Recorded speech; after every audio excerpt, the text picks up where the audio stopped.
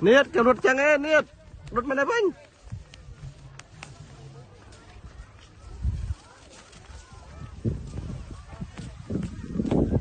rút mà cái này hê niết mà cái này